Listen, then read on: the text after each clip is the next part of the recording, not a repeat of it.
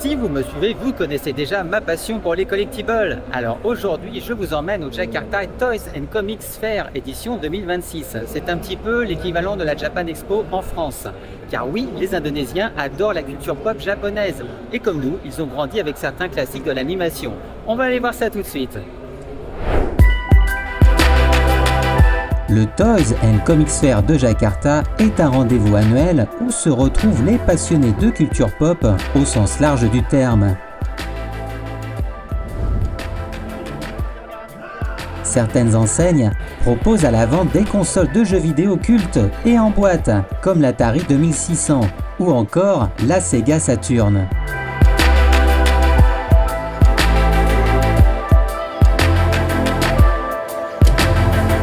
Ici, une belle collection de jeux Neo Geo.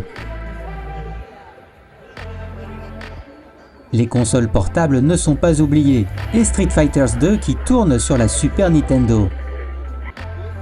Je trouve même un exemplaire de Flashback, un jeu vidéo français développé par Delphine Software.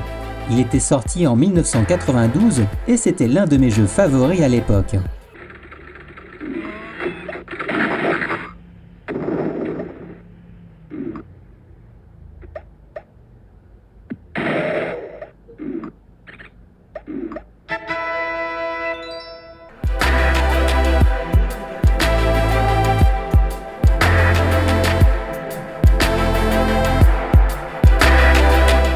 Ce stand propose pas mal de collectors intéressants. Le Marv en mode Death Row, dans ses deux versions, qui illustre l'une des scènes cultes de Sin City.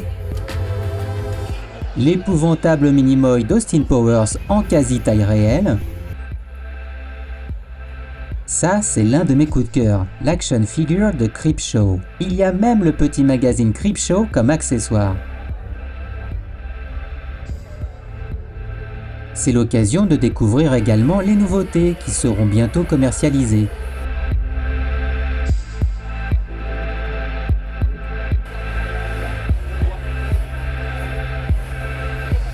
Alors Volt-V, il est aussi célèbre en Indonésie que les Grandizer alias Goldorak en France. C'est leur référence en dessin animé de robots géants. Ici, Goldorak n'est pas vraiment populaire.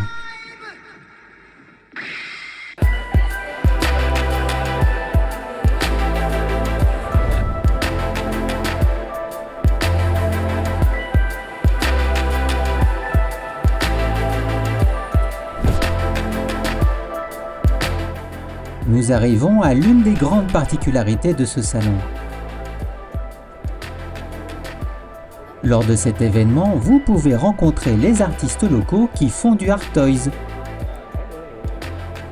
Certains travaillent même devant le public, ce qui n'est pas courant.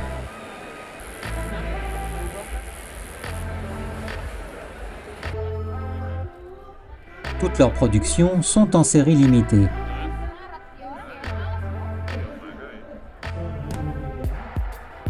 J'ai croisé quelques occidentaux qui avaient fait le déplacement pour trouver des exemplaires rares, voire uniques.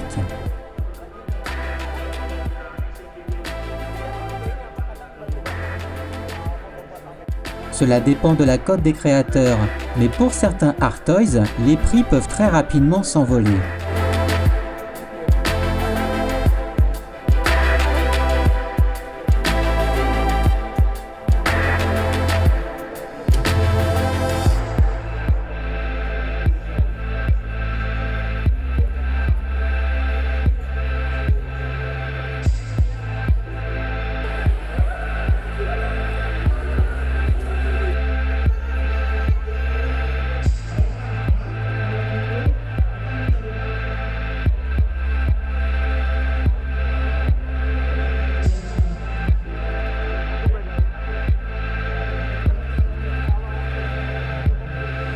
Les jeux de rôle ne sont pas oubliés, avec quelques très belles figurines.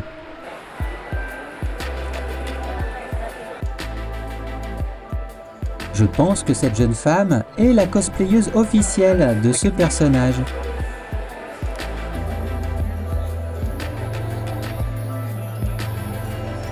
Un ange passe. Là, c'est une idole qui doit donner un concert dans quelques minutes. Et il y a le staff qui tourne dans le salon pour proposer aux fans de discuter un peu avec elle. Ils m'ont proposé, mais j'ai gentiment refusé.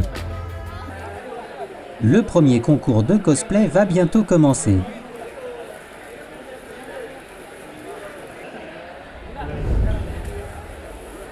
Des personnes costumées arrivent en masse. Les autres, déjà sur place, commencent à se préparer. Alors là, j'étais en train de me marrer, car le type a visiblement un problème technique avec sa tête. Au joueur, il l'a plutôt bien pris.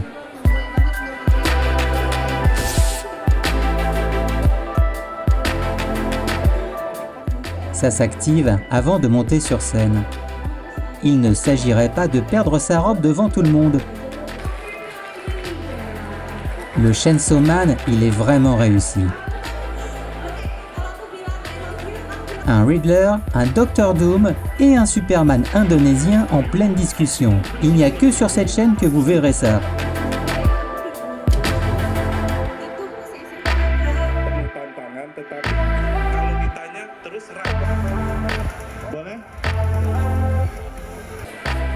Ils y mettent vraiment du cœur pour faire leurs costumes.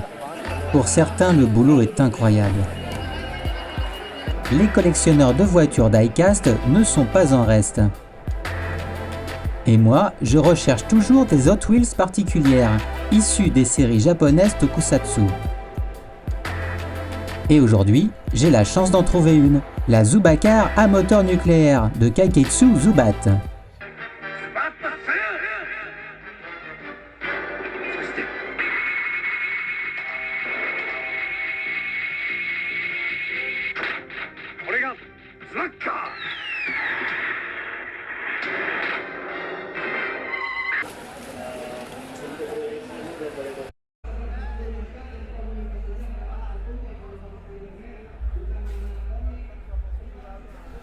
La Mag 5 de Speed Racer dans la série Soul of Shogoken.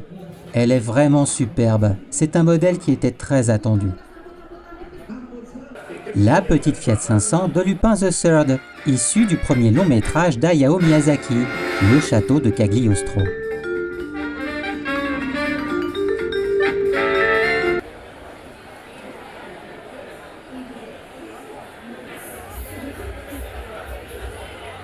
Une autre particularité de ce salon, c'est qu'ici on trouve des collectors vintage. Vous ne verrez pas ça à la Japan Expo. Ici, vous pouvez croiser de nombreux collectionneurs de la génération X. Les robots des années 70-80 en boîte, cela devient très compliqué à trouver. Et s'ils sont complets et en très bon état, bien sûr le prix est en proportion. Beaucoup de ces vendeurs vont directement se fournir à Hong Kong pour essayer de trouver encore des choses abordables. Car au Japon, les prix se sont envolés à cause des Occidentaux qui ont bien sûr fait augmenter les cotes.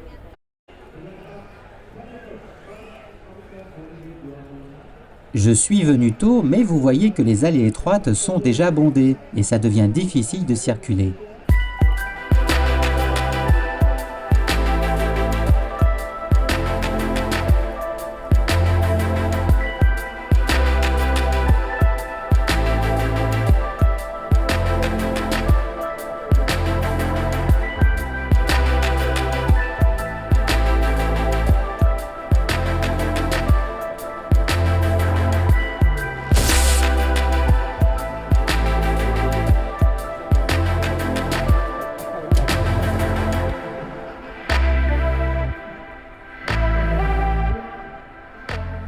Il y a des murs de figurines pop.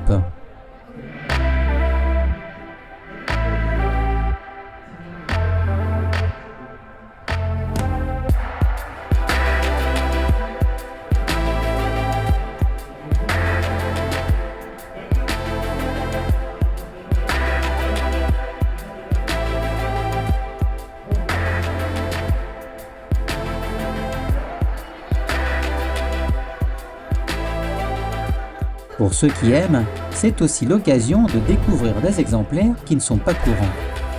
Comme celui-ci de Jaws avec Quint en mauvaise posture. Il faut vraiment prendre son temps et bien regarder partout. Ce qui est amusant, c'est le grand écart des licences entre les collectors qui sont présentés. Vous avez Leatherface qui peut côtoyer Mr Bean.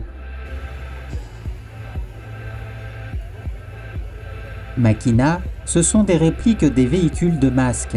Je ne vois vraiment pas l'intérêt de faire des répliques. Le plaisir, c'est de retrouver les originaux. Ici en loose, nous avons un Dr Eggman de Sonic. Le robot gonflable de la maison de production du même nom, de J.J. Abrams. Voilà un véhicule masque d'origine. Dites-moi en commentaire combien d'entre vous ont eu un robot à pile comme celui-ci.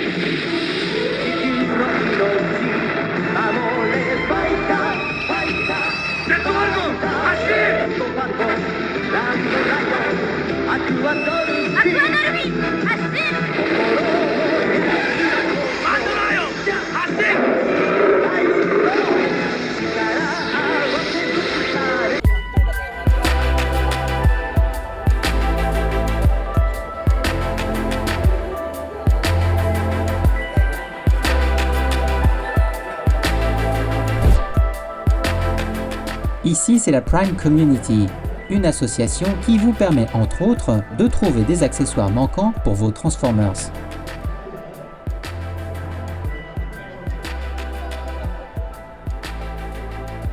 Les distributeurs Gashapon, c'est très populaire en Indonésie.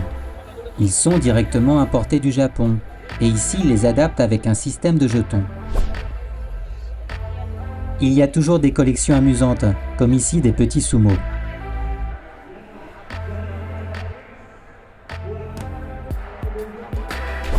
La boîte de ce Geiking de la série Soul of Shogokin est juste énorme.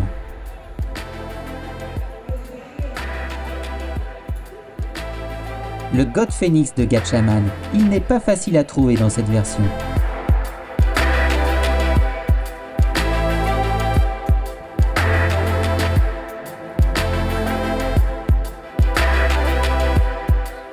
Les Killer's Clown from Outer Space, ils sont pour moi ceux-là.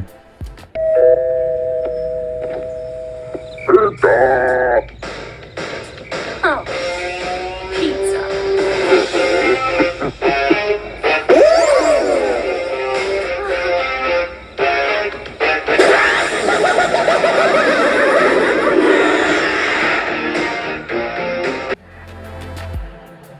Les Sane Cosmo Memories en promo. 340 000 roupias, ça fait environ 17 €.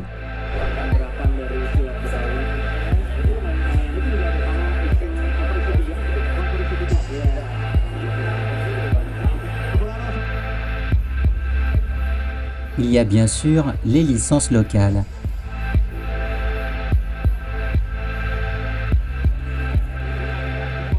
J'adore ce salon car il y en a vraiment pour tous les goûts. Que vous aimiez l'animation japonaise, les dessins animés classiques ou encore les Art Toys.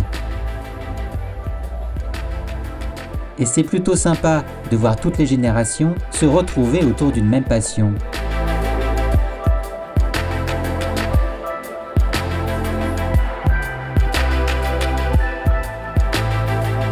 Et si vous voulez découvrir encore plus de collectors, il y a ma longue vidéo sur le Mega Plaza de Bangkok. Ce que je retiendrai surtout de cette journée, c'est que quel que soit l'âge, tout le monde ici avait le sourire.